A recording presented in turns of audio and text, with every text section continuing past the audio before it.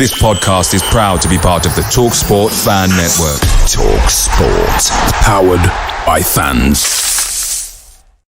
Good evening, everyone. Sorry for the slight delay. We had a problem with one of our guests, Mike's, the echo cancellation. We've managed to sort that slight technical difficulty, so I do apologise for being late going live. If you're with us live, welcome to the show. We're going to be talking tonight regarding the disappointing defeat, having the final word on that defeat to Brentford. We'll also be touching base a little bit on Wolves women going out of the FA Cup, or what a performance they put in. We will, of course, have the quiz at the end, and we'll be chewing the fat with everything else in between.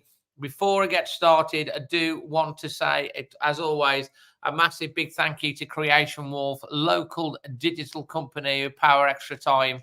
They deliver the industry's latest and most advanced digital solutions. So if you've got a company or a brand, they'll take your online presence and digital capability to the next level. You can find them on www.creationwolf.com.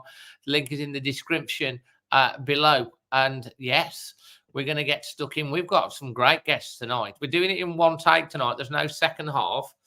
So before we get started, we have, by popular demand, coming back today, we have Chelsea. How are you doing? Hello, Dave. You okay? Yes. Chelsea, first of all, great to have you back again. Thank you for joining us tonight. Much appreciated. Good to see you as well. And also, I want to say what a fantastic job you did standing in for me on the United stand the other day. They only have over 1.6 million subscribers, and you did it live. You did Always Wolves. Very, very proud. So thank you for that. You're welcome. It was lovely. Thank you. You're welcome. We've also got returning tonight one of our young guns. It is Lucas. How you doing, mate? I'm good, thank you, Dave. You? Yeah, great to have you back. How's your weekend been? It's gone all right. Just disappointed on Saturday, but everything else gone okay. How about you? Yeah, exactly the same, mate. We're going to get stuck into that, I'm sure. And we have the Lord himself, who's made a return.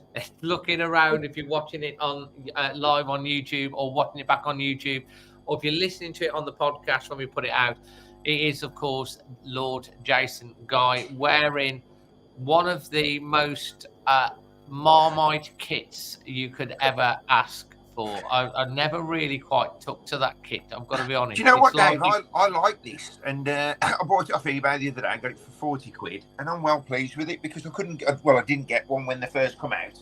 And you're quite right, there was Marmite, but I quite like it, and I think it fits my svelte physique lovely. You want to just, for those of you those that aren't watching live and listening to the podcast, can you describe the actual which kit it is? It's the one that looks like the sky. It's got the white arms, and it's got the blue and white, the Adidas one, with the big thick blue collar. It looks to me like that kit was designed in bits. It's like about 3 kits, like the top of one kit and then the bottom of another kit stuck on it. There is that. I'd have preferred all this all over it, to be fair. But if you want me, I can take it off and do it bare chested. It's your call. No, I think we'll pass that, because what we don't want to do is scare all those that are watching live away. And there's a watershed. We haven't passed 9 o'clock yet, so we have to be careful, don't we? Carl's saying Lucas has some background noise. I'm just going to see whether I can again go on and sort that out. Ultimately, reduce my background noise. So I've just set that on for you now. So Carl, let us know if that has helped. We've got Leo here, who is saying good morning to all of us, and it is like after 8 o'clock from Australia. Good morning. Does it not amaze you? Good day. Does it not amaze you when we do these things that you have people watching from all over the world live? So what we want to do, guys, in the chat, if you're here live, first of all, smash a like on the video whilst we're live. Let YouTube know that you're enjoying it. Enjoying it. Look, I even got a thumbs up then when it came up. But secondly, let us know where in the world you're watching tonight. Right. Before we get on further, we do need to say, and I do want to say a massive, big well done to Maka and all the girls from the Wolves women team, because I went yesterday and they held a WS, like a full time WSL side in Brighton. It was 1-1 going into the 80th minute after coming from a goal behind. An incredible effort. They got a late goal. Wolves then pushed forward to try and get the equaliser, and they got stung a couple of times at the end. But like, I'm sure everyone here would certainly like, and Maka came on last week, would certainly like to say how proud we are of them. And is that correct, guys? It's a move in the right direction for them. They should be really proud of themselves. Absolutely. Lucas? Yeah, I haven't watched the Wolves women a lot this season, but I watched yesterday or listened, and it sounded so interesting and like crazy that they did so well against their WSL squad. And Jason? It's brilliant, Dave. I mean, you can see the traction now that it's all getting on social media. I interviewed Daniel McNamara, probably about 18 months ago. And the commitment he puts into that job is fantastic. So I just hope to go from strength to strength. There's so many people putting so much time and effort into it. I just hope, though, that the club back it financially, because it really does need it now to take it to the next level. They do. And I don't know if you've had a chance to actually watch last week's episode, guys, but Maka did come on and was talked about the financial thing from the backing. And what he said was that they get a lot from the club in terms of the facilities and, you know, what they can do. And, you know, as they move through the levels, as long as the ambition matches his, he will continue to lead the team. So it was quite an interesting. If you've not watched last week's Extra Time, he was on very early. It's worth watching that. It's about a 20-minute segment, and he talks very openly about the financial side of the women's game. And I will also mention, because I did interview Maka straight after the game. They do have another big match next Sunday against the West Birmingham Baggy Birds for a place in the County Cup final. So try and get to that if you can. Chelsea, moving on to the game against Brentford. Yes. We were all the week before so happy. I mean, such a happy pattern. Sutty was happy, cheerful. Chris was kind of cheerful, you know. Mm-hmm. And then it's so Wolves, isn't it? We play Brentford and we go and lose 2-0 to Brentford. I mean, how do you sum that up? I think the game, one could be just fatigue of playing the same team over and over again. It felt like for nearly a month straight. And I think we're going to know the team inside and out. Both teams are. But I think for Wolves, they had a really slow start and it didn't help them at all. And it allowed Brentford to feel like they could try and get on the front foot. And I think losing Cunha was a massive disappointment for the team. Once he came off, you could see the impact that he had, not just offensively, but defensively as well. And I think we really missed him in the game. And I think Brentford just had us on the night and scored at the right times. And Wolves just weren't as fast as they should have been off the block compared to what they were to Chelsea. But if you go back to the Manchester United game, Wolves were slow out of the blocks again at home. And I think we're not being as fast as we should be at the start. I think setting the tone, and I think that would have set us up much better. And it was one of those performances where you're kind of waiting for a poor performance to come up, but we weren't really ready for it. And hopefully we can just move on from this one and just, move forward for a much better game next. Absolutely. I mean, Jason, Chelsea does hit on a very significant point in that, although we're having a great season and we're really happy with where we are, and 32 points, and it's great, and we've seen goals and football and stuff, there seems to be this Achilles heel that keeps recurring, and that is slow starts, conceding the first goal, and it's come back again. That is a worry, Dave. And losing Cunha early, what Chelsea alluded to, is quite right, because he's a key member and we've seen he's a player who's in real form at the minute. So to lose him at the stage we did, obviously did have a bearing on the game. I don't think we played that badly. And, you know, I put a similar comment on Twitter and, you know, got the usuals. Oh, we were crap, we were shit, he was watching a different game. But I've looked at these stats tonight for the first time. We had 72% possession, as opposed to Brentford's 28%, and we had 651 passes in comparison to their 272. Now, that shows, obviously, we dominated the game in periods. If you look, in the middle of the park, we was passing the ball well, we was moving well, but I think what let us down was the defensive third and also the attacking third as well. I think that's where we lost the game, really. I think we was sloppy at the back, and I don't think we was decisive in the final third as we should have been.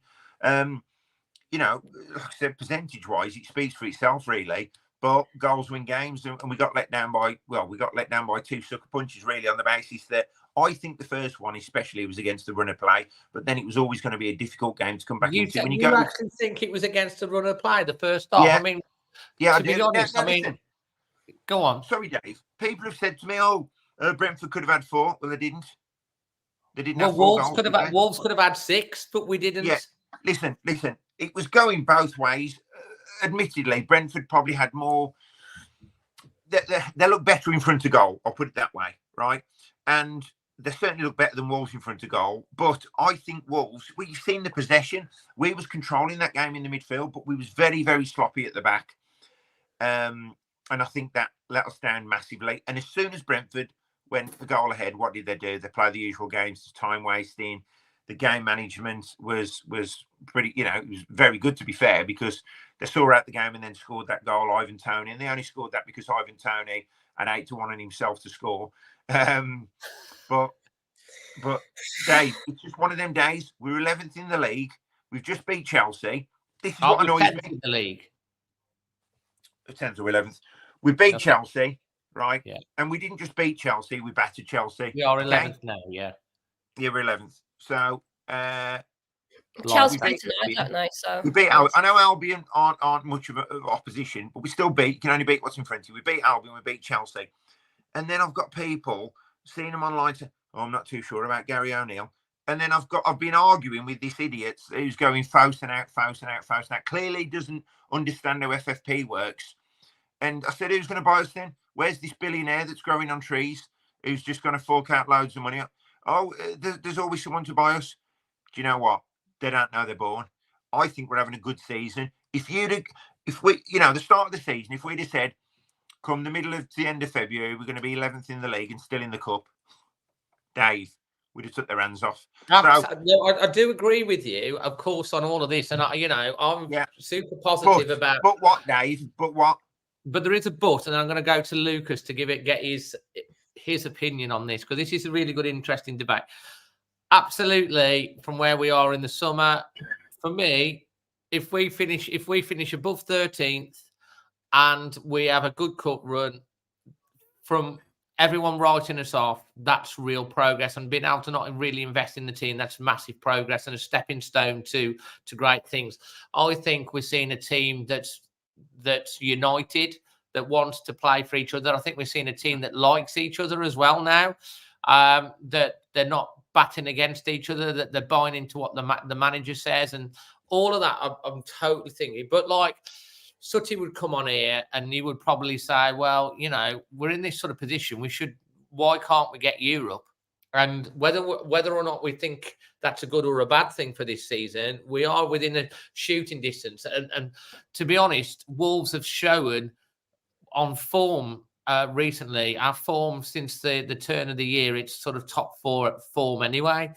But to really be a top sort of 6, 7 team, you've got to put Brentford to bed.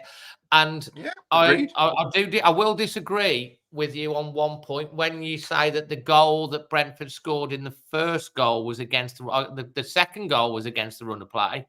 The first goal, it was coming. it was coming for a very, very long time. We got lucky It that probably they was didn't coming score down, but it before. could have gone either way. At that point, the game could have done. The way we was controlling the possession in midfield, it could have gone either way. I understand that you know, I get what you're saying. I don't think we had any control of the game for the first 15 minutes. We started to get back into the game. We never got out of our own half for the first 10 minutes. It was one-way traffic. And this is the thing that Chelsea alludes to, and I think it's a problem, is that so many times we're starting too slow. When we go at teams, like when we've seen the opening match of the season against United, we set the tone for the game. Brentford set the tone for the game, and we fell into that trap, and they scored. And Sarr, as much as he's a great stopper, and I think he's a fantastic keeper, and I love him. His ball distribution at times, at certain games, was poor. He's nearly played us into trouble a couple of times. How is he not claiming the ball for the corner when it's dropping into the middle of the 6-yard box for the goal? What did Dave, Dawson do? That's a free header. Dave, if you'd have conceded that goal in Sunday League in a school football match, you'd be going crazy. He basically just fell on his head and dropped in the goal. Under 9s and under 10s, you'd be going nuts, Dave, and that shouldn't be happening at this level. Exactly. And this is the frustration we had. And Lucas, I'm going to come to you in just 30 seconds' time. We had the best record against set pieces in the league up until 3 games ago. And in 3 games in a row, we've conceded a goal from a corner against United. We've conceded a goal from a corner against Chelsea, and the worst goal from a corner against Brentford. And you give Brentford a 1-goal lead, you know, when they're going to just use the dark arts. And I agree on the balance of play and possession and shots. You know, we had a goal disallowed by a toenail. Had that gone in, it could have been a different case. We played brilliant in the second half. We played brilliant in the second half against Manchester United, but we've got to start these games better. It's no good giving any team in this division a goal start and thinking we'll give you a goal start, but that's okay. We're gonna win. Sooner or later, we're not going to score at home, and unfortunately, we didn't. Lucas, you've heard what Jason said. A great punditry as always from Jason. You've heard what Chelsea said. What's your take on what Jason's had to say? Do you think it was against the run of play, or do you think it was coming at that start? Do you agree with Chelsea about the starts to games? Is it a problem? I just think because we beat that in Chelsea, that we just thought it'd be another easy game, and we beat them 4-1 before Christmas, then beat them. So we probably thought that we beat them so many times, let's try to beat them again. We'll sit back and just catch them, but they've done. Brentford copied us. They've caught us on a break, got a corner, and scored from the corner that Jose should have caught. And Dawson with poor defending, he should have been closer with him. He just laid past him. And if they would just come from the corner. I mean, do you find it a little bit disappointing in terms of the way we've conceded both goals? Because the first goal, I mean, Gary O'Neill was very calm about it. To be honest, was absolutely appalling. That, you know, the defending for that, like Jason said, it's like Sunday League under 10s. That I can't understand how we've conceded that goal, because that should not happen. The guys just it's how you can not defend that when it's in the middle. What Sarr's on his line? Why isn't he taking command and controlling it? What I just don't understand why all of a sudden we're conceding goals from corners and we're vulnerable from set pieces when we've been so good on it. And the Kuna situation with him going on, Wang, obviously, you know, he picks up an injury. You know, we miss Kuna, but we've still got enough firepower on the bench there. Do you think he should have changed and brought on Nathan Fraser sooner than Bellegarde? Because he's our only real number 9. Bellegarde's not really. We had 3 small players on the pitch. He brings Fraser on at half time. We have a much better second half. You know, what's your thoughts on that? I'm a huge fan of Nathan Fraser. When I saw Cunha go down, I was expecting him to bring on Nathan Fraser instead of Bellegarde, because, in my opinion, Bellegarde isn't suited at striker. I think he's better in centre mid when Neto's with him. So I remember one game that sticks out for me is Liverpool, where we lost 3-1, and Bellegarde's debut. And them two just linking up. One was Bellegarde was always overlapping Neto. So I think if we needed a striker, it should have been Fraser instead of Bellegarde. I just don't think I see Bellegarde as a striker. And is there any criticism from you in the fact that, we've only got Nathan Fraser? We were talking about if an injury happens to Kuna or thing like that. Is there any criticism there, or you just think, we've got enough in the tank for this year, so it's a good opportunity for Fraser? He didn't let anyone down. I thought he played quite well when he came on. He put in a shift. He can hold the ball up. He was, he's got a fair bit of quality as well. He was, winning the ball. He was holding it up. For a young lad, he did as good as what he could. We've still got him, but we have got a small squad, haven't we? Yeah, I think it didn't help with Sasa and Palio both wanting game time over Cunha. I think if they evened it out with Gary liking Fabio, Sasa and Cunha, I think it would have been perfect. But now we've lost Fabio and Sasa. We've now just gone the one striker and Nathan Fraser, so it's a bit hard to decide.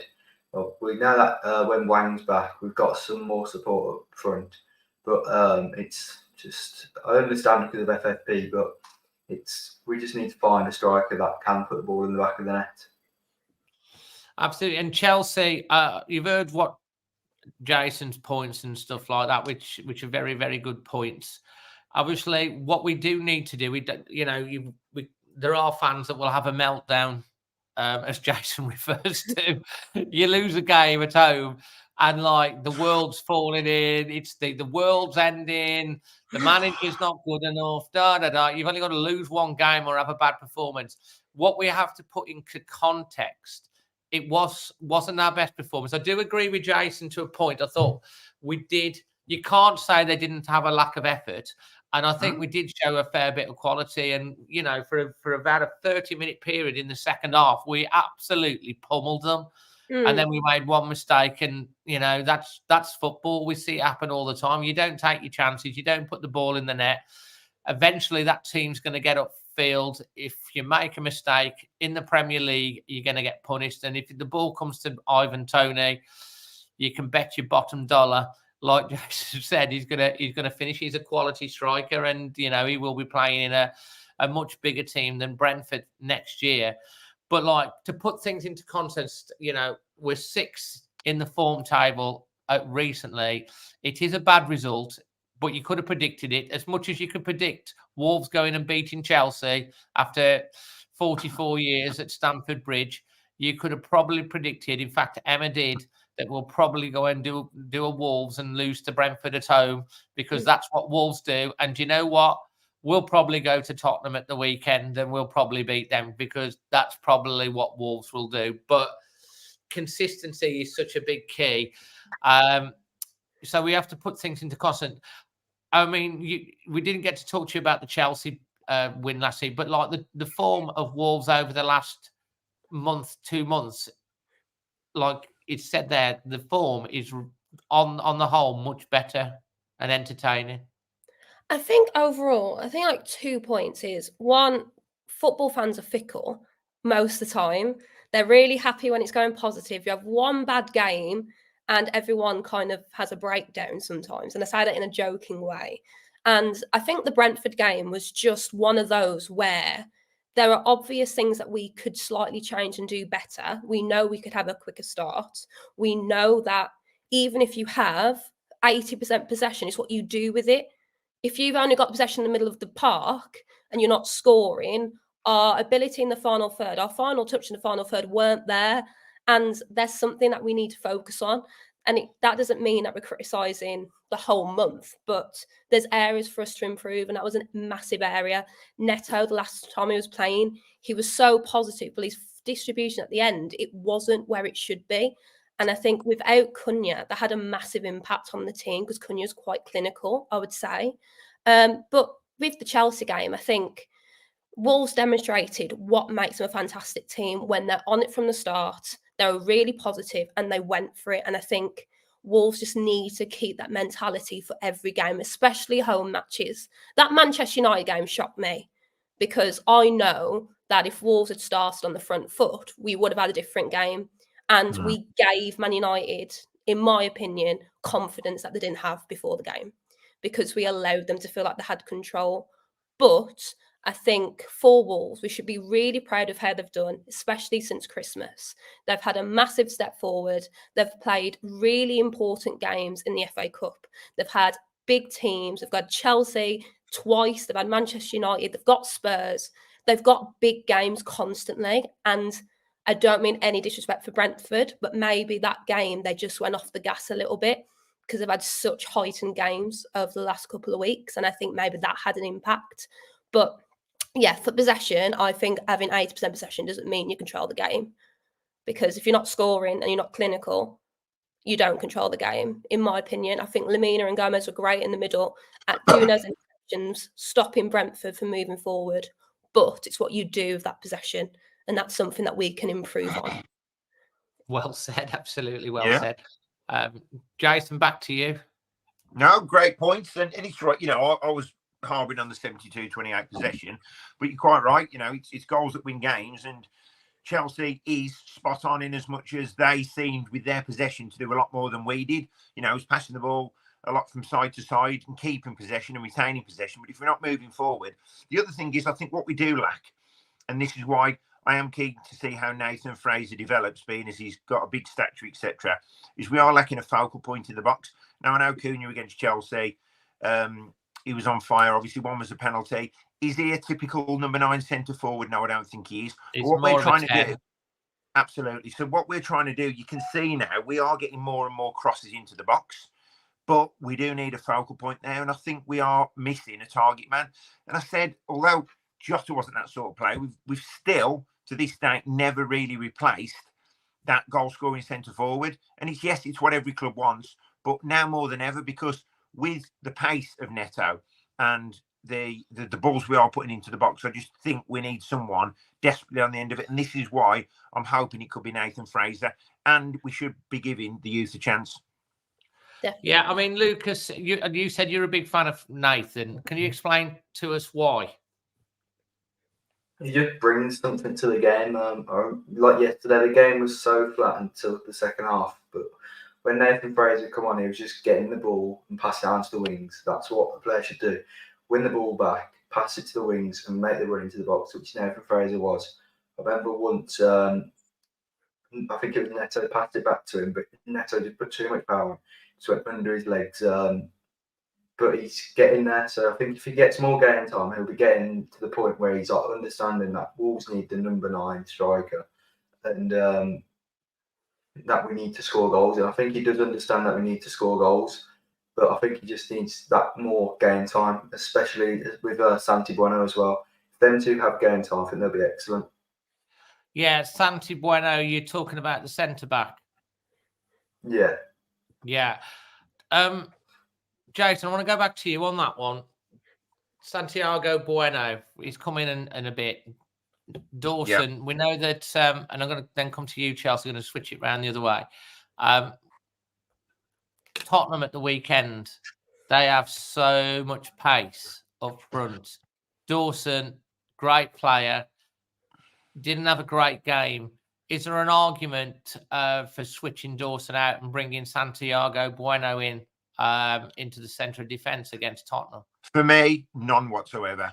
On the basis that Craig Dawson, his experience in a game like against Spurs away, big stadium, big game, I can't see past Dawson and Kelman. I think Kelman's looking a much better player alongside Dawson. So I think Kelman and Bueno, Santiago Bueno not having the real experience in the Premier League at this stage, I think putting him out against Spurs would have been a big ask.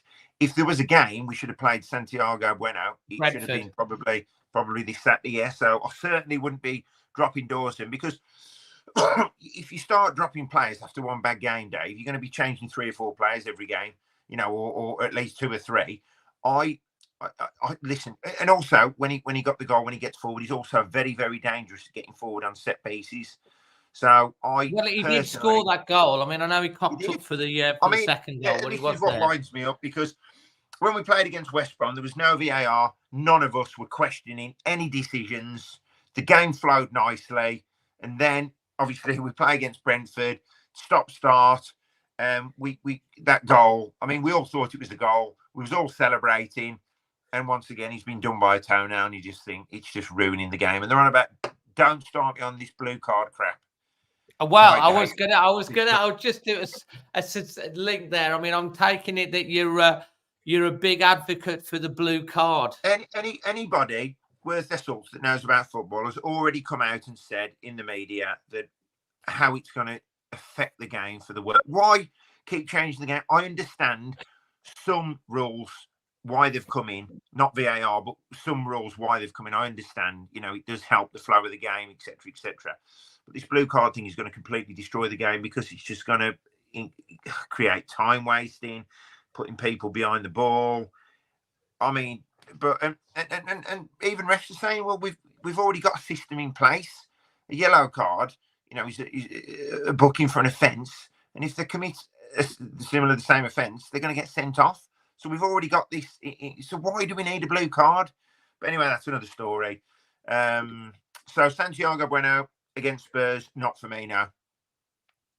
Chelsea, Santiago Bueno in for Dawson, and what do you think of the blue card? For the first one, no, I'd keep the lineup the same. I think the Spurs game is a bit too big of a game, and I think it's too much responsibility. I think if Lamina and Gomez in front are working really hard and put the interceptions in, maybe you can bring him in. But absolutely, I think just because you have one-off game doesn't mean you change the system. They play together. They know they're a team. They know their unit, and you shouldn't be chopping and changing, especially when you've got a big game. So if he has 2 or 3 bad games in a row, then consider it. But we shouldn't be changing the team. We've had 1 bad game and been playing really well. The blue card to me is ridiculous. We don't need it. I don't see the point of it. It seems like the blue card's been introduced because referees are losing control of the game because of VAR, and now they're bringing even much more subjectivity into the game. So what one person thinks is being rude is someone else's reaction. And to me, what makes football different from other sports is passion. And just because a player reacts doesn't mean they're being dissentful. What does dissentful mean? You can't have this much subjectivity in a game. Well, I mean, last year, Lamina walking up to the ref to say, "Hello, sir, how are you?" was dissent because he got a yellow card with the third person. It changes week to week. Absolutely. And I think for certain teams, I don't want to suggest that there's favouritism. We can think that personally. Having a blue card to me seems dangerous for certain teams. Certain teams already have a little bit more preference for VAR decisions. And I think a blue card will make it even worse. And you can't tell me that a referee is not going to be impacted by a bigger team going up to them. And the blue card isn't going to solve a problem. The referees need to have more control of the game with what they've got in front of them now. If they're using the blue card, to me, it shows they have a lack of control. And if you're going to start taking 10 minutes out of the game, that's 10 minutes of defensive work. The game's gone. So the actual flow of the game is going to slow down. It's not going to be beneficial for the league. They might as well start making it into ice hockey, where you have the 10-minute game and everyone's going straight into the attacking board. It's not going to work. I don't like this Americanization of the game. Keep the blue card out of it. The yellow and red is clear enough, and keep how it is. It's not going to be beneficial. At some point, right, we're going to be leaving games at 5:30 on a Saturday because we've had to wait for decisions. And they wonder why players are tired, because they're out on the pitch longer than they've ever been out there. Well, sometimes the decisions take that long. They have to get the cones out again to warm up. It's like, it's ridiculous. Even you're at the game, though, we didn't even know at home what was going on. And we were thinking, why was this one checked? But why isn't this Wolves one checked? That's enough subjectivity. The absolute inconsistency of it all, which VAR was brought in to stop, and it just made it a lot worse. So why they're tinkering about with it now with this blue card system is absolutely beyond me. I know, and The referees use 2 yellow cards randomly at the same player. They don't need a blue card. They're going to get confused. There's too many cards. They're going to forget to bring them out, let alone that. Righto. Lucas, same question to you about Santiago Bueno and Dawson to get your take on it. If Sutty was on here, Sutty would very strongly suggest that Santiago Bueno should start because he worries that Dawson is going to get caught out on that big pitch at Tottenham. But Jason quite rightly does argue that, he's got experience, he's played there, it's all about position and stuff, but he did have a bad game. And obviously, I would be interested as a younger, fan as well, the blue card thing. What's your take on that as well? So Santiago Bueno for Dawson and the blue card, your thoughts? I think I would start Santi Bueno over Dawson because of how quick they have their strikers. As they have Richarlison, they would have Son starting, they would have Werner. They have too much pace for Dawson. I understand about the experience, but it's too much pace for him because then it would go to basically a 4-4-2 because Dawson will get took out of position and it would be Semedo, Kilman and Totti and Aït-Nouri if Aït-Nouri starts. And I think with this sin bin, I think it's stupid because if a goalkeeper gets sent off, they have to get substitutions off. That I read today. So if Jose got sin binned, they would have an outfield player put in goal. So no Dan Bentley getting put in goal. So I just think it's stupid because then the goalkeepers are just going to time waste and there's going to be more added time. And then it's just going to be stupid and it's just lost control for referees because if they don't think it's worthy of a yellow card, they shouldn't be given a yellow. It should just be a talking to. Well said. Yeah. So I mean that's something that's definitely gonna roll on. I think it'll be very interesting to see the team that he does pick for Tottenham at the weekend. I've had a really good chat today with my good friend Tottenham fan Chris Cowlin, who's got a fantastic Tottenham channel. I've done an interview with him, which will go out on the channel on Wednesday. But part of the thing that he was talking about is that Ange Popsicle, I call him Popsicle just for a laugh, Popsicle because of his name, but Ange Ball, he was saying that Ange doesn't change the way that Tottenham play no matter what. He sticks to the system. He plays the same way, very front foot. And I think it's a game. Before we get on to the performance rate and all that for the thing, I think it's an interesting one of styles because we know that Gary O'Neill will tweak and loves to know how the opposition are going to play because he loves to come up with a plan to beat it. And without doubt, he knows exactly how Tottenham are going to set up, exactly how they're going to play. So I think it's going to be an interesting game, this one against Tottenham at the weekend, on how we play against Tottenham. Now, we have this same problem with Wolves over the last 2 or 3 years, breaking a team down that sits back against us. And that's the teams we always like. Sheffield United, we lost Huddersfield twice. We see it all the time, don't we, with, Brentford. But a team like Tottenham, a team like Chelsea, a team like United and stuff like that, they are more confident in their ability to score goals that they open up. And then that creates problems for the opposition because we can exploit that space as we did superbly well against Chelsea. So I think it's going to be interesting. I mean, the midfield as well, Jason. I mean, how would you approach this game against Tottenham at the weekend? Well, listen, I think Lamina and Gomez have been brilliant. And, I've said this before and I'll say it now that I don't think we've really missed Neves in terms of how these guys have stepped up and stepped in and seem to be playing for Gary O'Neill. Gary O'Neill is giving them so much belief at the minute. I still think we maybe lack that attacking midfielder, one that likes to break forward and, break through the middle and score goals. But I think they're doing an unbelievable job. So I'd definitely stick with them too in the middle of the park. And with the attacking wing backs as well, in Semedo and Aït-Nouri. Once again, Aït-Nouri was wrote off by Lopetegui, and he's done an unbelievable job. And he's one we've really got to really work He's hard. fantastic. The only thing that let him down at the weekend was his crossing. He just over-egged the crosses a couple of times. But if he gets that right, it's fantastic. I agree 100%. You know, his distribution actually wasn't great at the weekend, but what a player he is when he breaks forward. He's exciting to watch. The way he brings other players into play.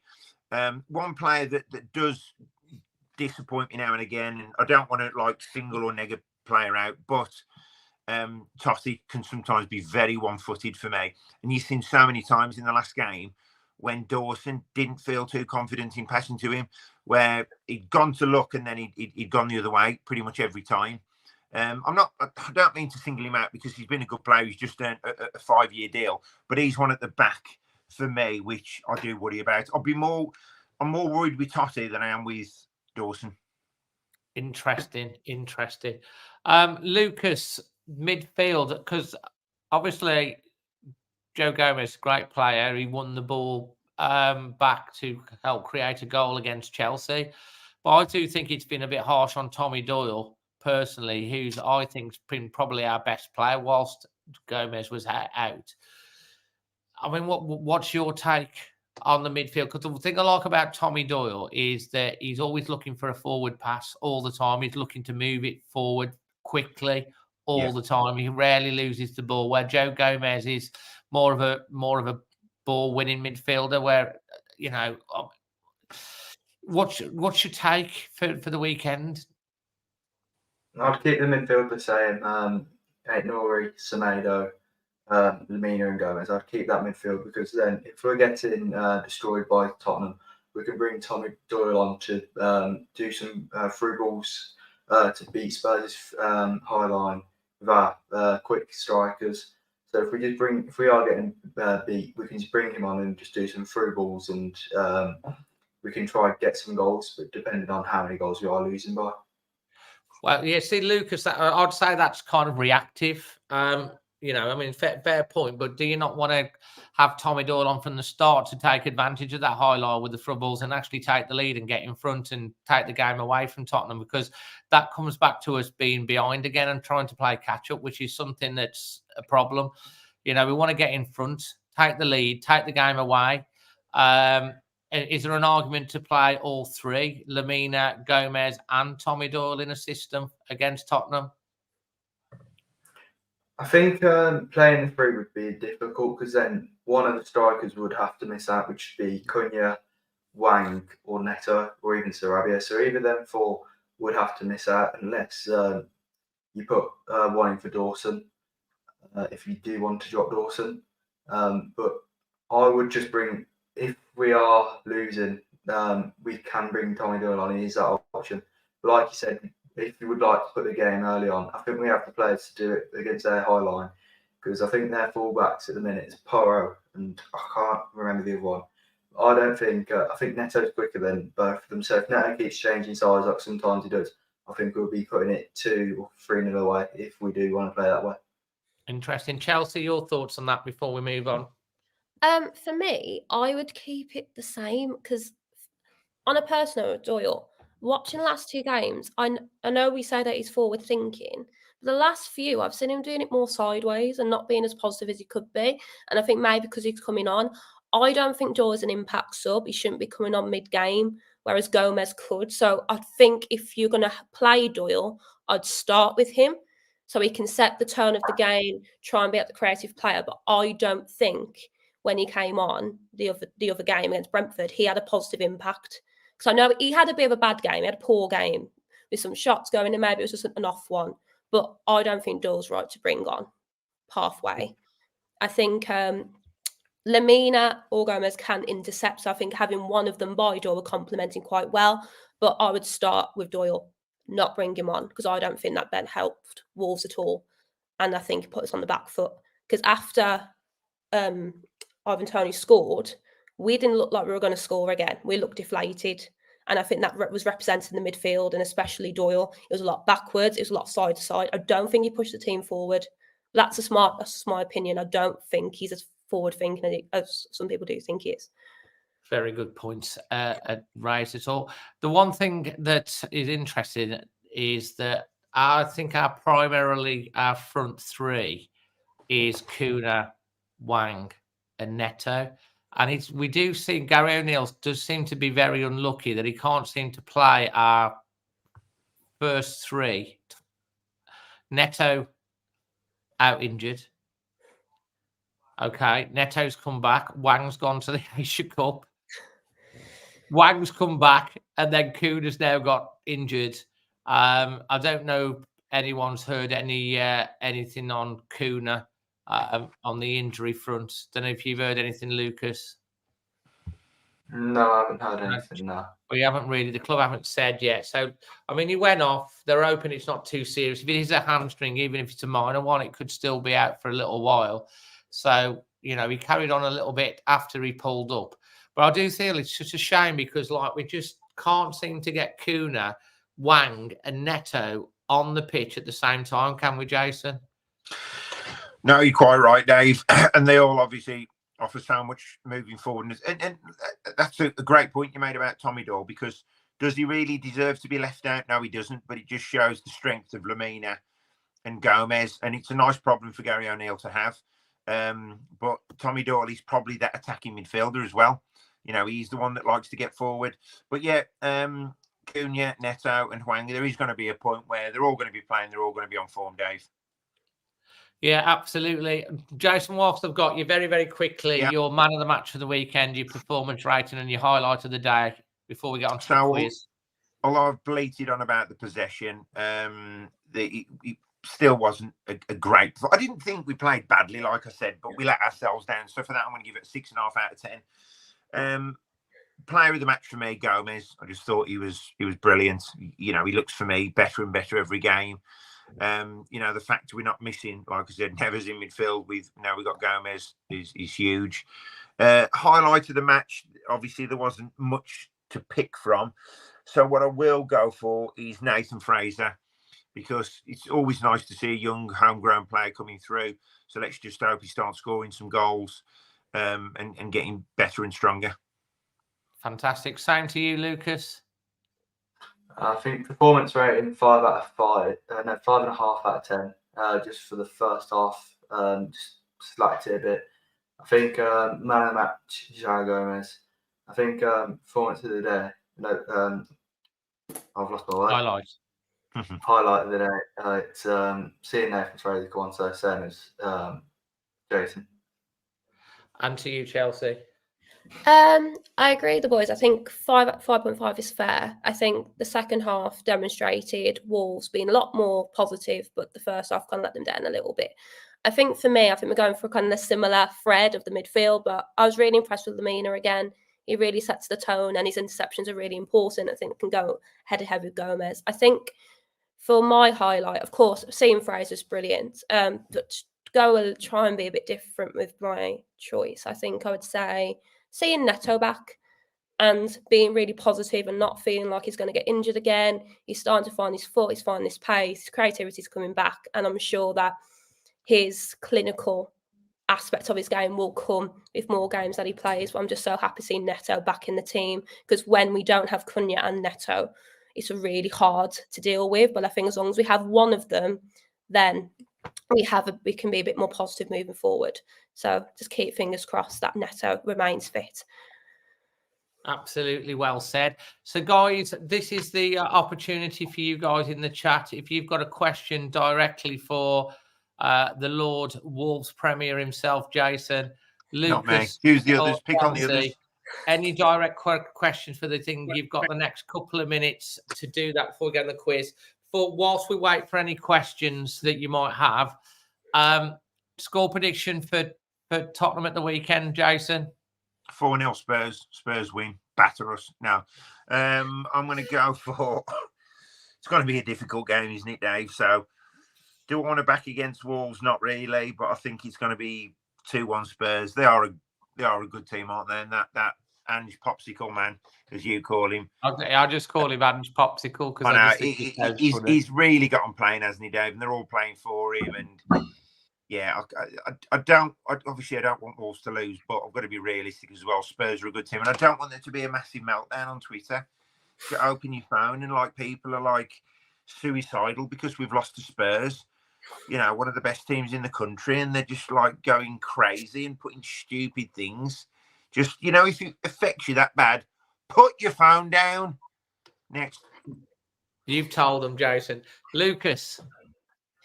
I'm going to have to go 2-1 Wolves. Explain the reason behind that.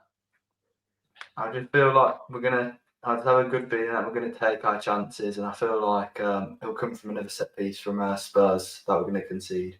I just feel like we'll take our chances. Fantastic. And Chelsea? I agree with Lucas. I think 2-1's fair. I think compared to the Brentford game where they could kind of sit back a bit more, Spurs are a very confident team and they're going to push forward, which is going to leave more gaps. And I think Wolves are going to be more proactive in that one. I think we've got a lot of pace. I mean, yes, Spurs have a lot of pace, but I think Wolves aren't doing too bad there. So I think 2-1 positive. I'll take a draw, but 2-1, let's be positive for Wolves. I like it. Bobby Smith has a question for Jason. Apart from Paul Doherty, which other two players that have played with both Hibbett and Ball is asking? This isn't part of the penalty shootout quiz, but Now, I am going to say, Andy Much and Jeff Palmer. Let us know, Bobby, if the answer to that is correct. Ashley Johnson wants to know, does any of you guys think the fans were a bit flat with the players on Saturday? Do we need to take a look at us apart from other performance affected the fans quite an unusual? I think maybe the way we started the game, I think maybe the proactiveness of the players kind of reflected on the fans a little bit. I think Wolves fans are always really good, but I think how the players play on the pitch sometimes can affect the fans' reaction. But no, I think Wolves fans are always really good on the whole. Sorry to interrupt. Barry Powell's one of them. Sorry, Barry Powell's one of them. Barry Powell and Jeff Palmer. Sorry, carry on. Barry Powell and Crash White. Yeah, no, I think we've talked about this. I think the fans have been magnificent this year, home and away for Wolves. And, it's, since we started playing more attacking football and not going to side and seeing ball fests and stuff like that. And, I do think, though, if the team starts flat, it does affect the fans nervously because you can see it and you're like, oh, my God, passes go astray. It's hard to get them. But the Wolves fans did react to lift the team, and especially in the second half, we were incredibly loud when we were on the front foot. So, I mean, Sutty's not very confident. Look, he's going for a 3-0. I feel we'll get rinsed for pace. He hopes he's completely wrong. Bobby Smith says the answer is Barry Powell and Wayne Clark came back on loan for one game. It was in 1994 against Southend away, and Wayne Clark started, and he was on loan to us from Man City, and he punctured his lung after 20 minutes. Yeah, 19 minutes. There you go. There we go. So, well done, Bobby. Good question, that. Very good question. So, ladies get to choose first. Chelsea, for the penalty shootout, do you want to go first, second, or third? First. Lucas, second or third? I'll go third. So, can I go second, Dave, please? I'll tell you what, Jason. Yes, you can. Oh, thank you. Glad I got to choose. Chelsea, this is all about debuts. All right. The penalty, you put the ball down. In which Wolves player scored a hat-trick on his home debut in 1967? I'm sure you'll remember this one. Give her a chance, Dave. I know. Was it Derek Dugan, Mike Bailey, Kenny Hibbett, or Dave Wagstaff? I mean, you're going to go what, A? I'm not. I said. I mean. Oh, right, okay. Rolling head thinking. Could I please hear the options one more time? Yes, you can. Thank you. A, Derek the Duke Dugan. B, Mike Bailey. C, Kenny Hibbett. Or D, Dave Wagstaff. Derek Dugan, Mike Bailey, Kenny Hibbett, or Dave Wagstaff's? I honestly do not know. This is complete and utter guess. I'm going to go for Wagstaff. That's my guess. You're going for Dave Wagstaff, but you've hit it over Yeah. the stand. It's Derek Dugan. But never mind. Obviously. Never mind. Jason. Give me an easy one. Which two players played with both Steve Bull and no, it's not. Not that one. Make sure you're smashing these likes, guys. Make sure you're smashing these likes. So, in which year did Derek Parkin, Wolves' most capped player, make his debut for the club? Was it 1967, 68, 69, or 70? I'm going to go for 69. You're going for 69? Yeah. Is that what you're going for? Yeah. Is that your final answer? No. Yeah, it is. Actually, now 68. I'm sorry, I've taken your final answer. It is actually 1968, but you did give me 69. So unfortunately, I did say, and I put the reaction on, so it does not count. You've hit the post. VAR has said the ball has not gone over the line. I'm sorry. So unfortunately, no. Lucas, which Wolves player scored on his debut in September 1979 against the club he would eventually move to after leaving Wolves 4 years later? Was it Emily News, Mel Eves, Andy Gray, or Willie Carr?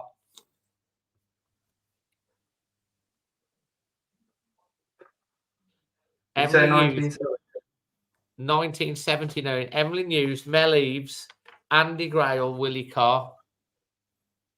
Yeah, Andy Gray. You going for Andy Gray? Yeah. Is your granddad in the background? Yes. Is your granddad sitting the other side of your computer, Lucas? Hey. Correct answer. So Lucas's answer is going to VAR because his granddad's in the room. Lucas, Jim's not there, is he? Not today. No. Okay. So that's correct. Lucas, you've got 1 out of 3. So back to you, Chelsea. Steve Bull scored on his England debut in May 1989 against which team? Was it Wales, Scotland, Ireland, or Tunisia? Can you read that question again for me, please? Steve Bull scored on his England debut in May 1989 against which team? Was it Wales, Scotland, Ireland, or Tunisia?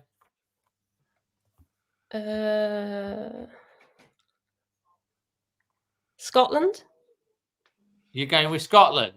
Yeah. Is that well positive? done? You got it right. Fantastic. I've been giving these questions, Dave. So Chelsea, like I feel the pressure. It was a great goal because he literally one touch brought it down, second touch, bang, back of the net. Fantastic. Right, Jason. Here we go. To get on the board. In the 1932-33 season. How did you know? No, in what year did Mike Stowell, Wolves' most capped player, make his most capped goalkeeper, make his debut for the club?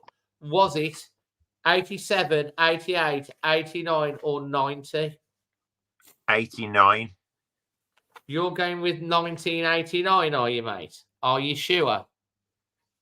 Well, it doesn't matter because if I change my mind, you won't give me. No, I'm giving you. Is that your final answer? Is that your final answer? Do you know what? I can't remember if he was on loan before. I think he was. So I'm gonna go 87. You're going 1987. Is that your final answer? Well, it's got to be, hasn't it, Dave? Yes or no? Yes, 87. No, it was 1989. Unfortunately, you have stuck with your first answer. You would have actually got it correct. So it did.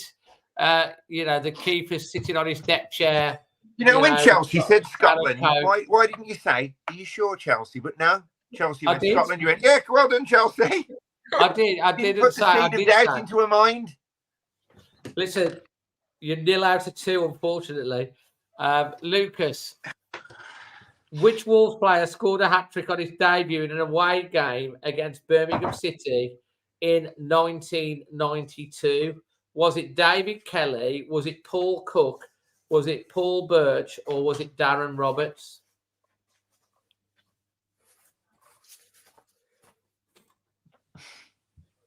David Kelly, Paul Cook, Paul Birch, or Darren Robertson. You know this, don't you, Jason? I know everyone that you haven't asked me, Dave. Well, you did ask to go second. Yeah, good point. Lucas, I need to hurry you for an answer. Paul Cook. You're going with Paul Cook. Is that your final answer?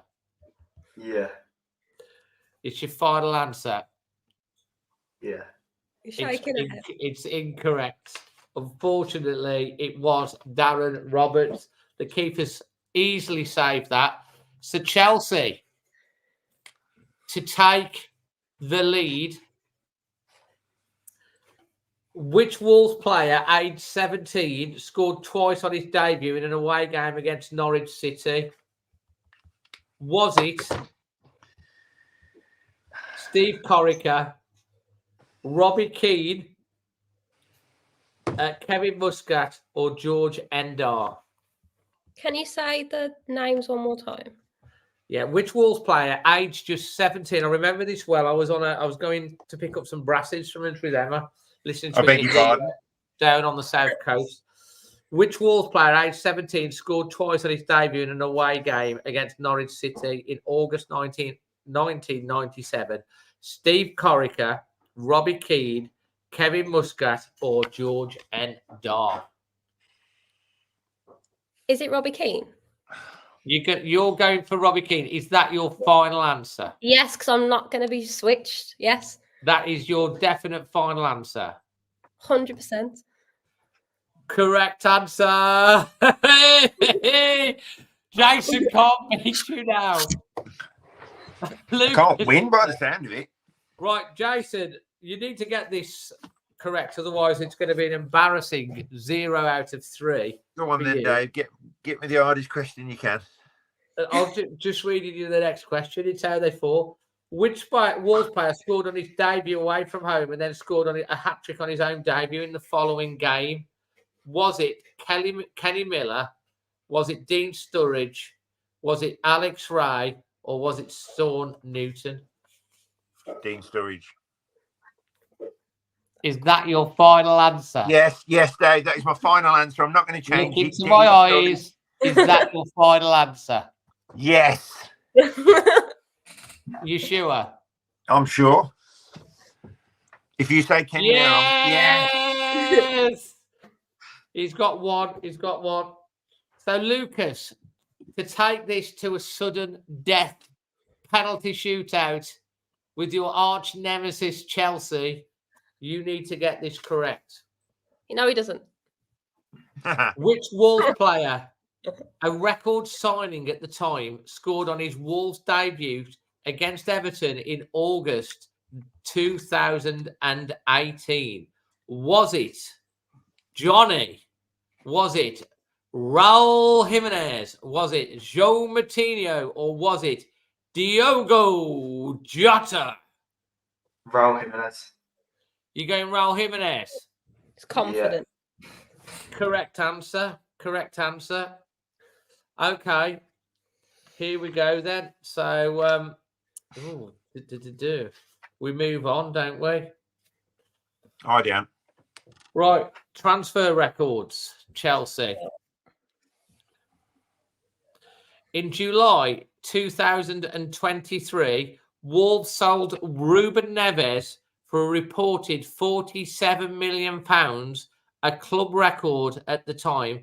To which club did they sell him? Was it A, Al Hilal? Was it B, Al Ittihad? Was it C, Al Nassr? Or was it D, Al Tai? Can you say the options one more time, please? Al Hilal, Al Ittihad, Al Nassr, Al Tai. I think Al Hilal. You're going, is that your final answer? Yes, and Lucas is saying yes, so I'm going to guess it's true. It's Lucas, correct. Lucas, Whey! that's not a good poker face, Lucas. Lucas, in August 2022, Wolves bought Mateus Nunes for a reported 38 million, a club record at the time. Which club did they buy him from? Was it Sporting? Was it Estoril? Was it Sevilla? Or was it Barcelona? Sporting. Final answer? Yeah. Correct answer. So it goes on to the next round of sudden death. Chelsea. I've got work tomorrow, Dave. Yeah, well, you're ref. You're just last place. I'm So joking. you just I'm enjoying watching literally got to sit. You're like the water boy. You just got to sit on the water bucket and just I'm like the literally fourth watch official, aren't I? You're the fourth official. In July 2019, Wolves bought Raul Jimenez for reported 32 million, a club record at the time. Which club did they buy him from? Was it Porto, Benfica, Sporting, or Atletico Madrid? Can you say the options one more time, please? Porto, Benfica, Sporting, or Atletico Madrid? Benfica. Benfica. Yeah. Are you sure? I think so. Are you Look sure? at Lucas's face now. Is that a yes? Yeah. No. Yeah. Correct. It's sports. So it goes on. I can't get any more right than this. This is too many. I know what's going on. In January 2017, Wolves bought a player for more than £10 million for the first time. Lucas, was it Helder Costa, Ivan Cavallero, Adama Traore, or Ruben Neves? 2019, did you say? 2017. Oh, 2017.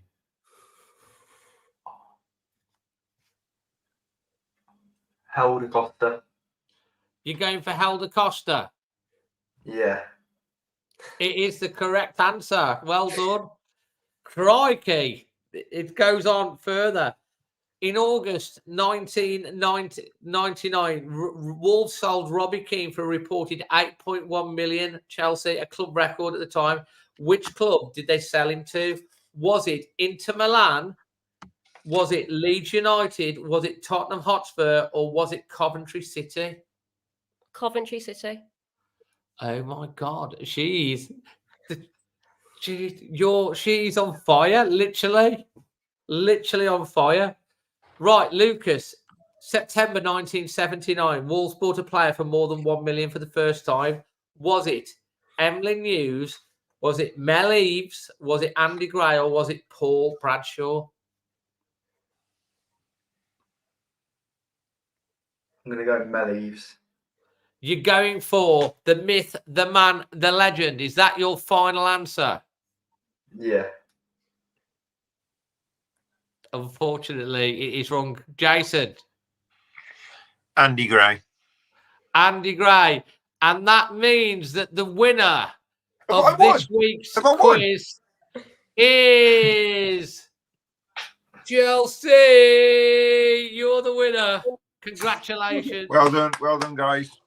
Everyone give a round of applause to Chelsea. That was an epic battle. I mean, I know you just had to sit and watch there, Jason. I'm sorry, but Josh Woodbury was saying Jason's on VAR. So, you know, people clapping there. Fantastic.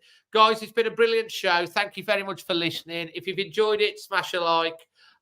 If you're not already subscribed, please subscribe. I do want to say again a big thank you, of course, to Creation Wolf for powering the show. It'd be great if you could join us as subscribers, and hopefully loads more content coming up over the next week. Jason has unfortunately worn that retro top, and it's not been lucky for you, mate. Unfortunately, we've lost in it again. We've lost in it again, but he has got plenty, so he will be back. And until the next one, from all of us to all of you, always Wolves. Always Wolves. Always Wolves. Always.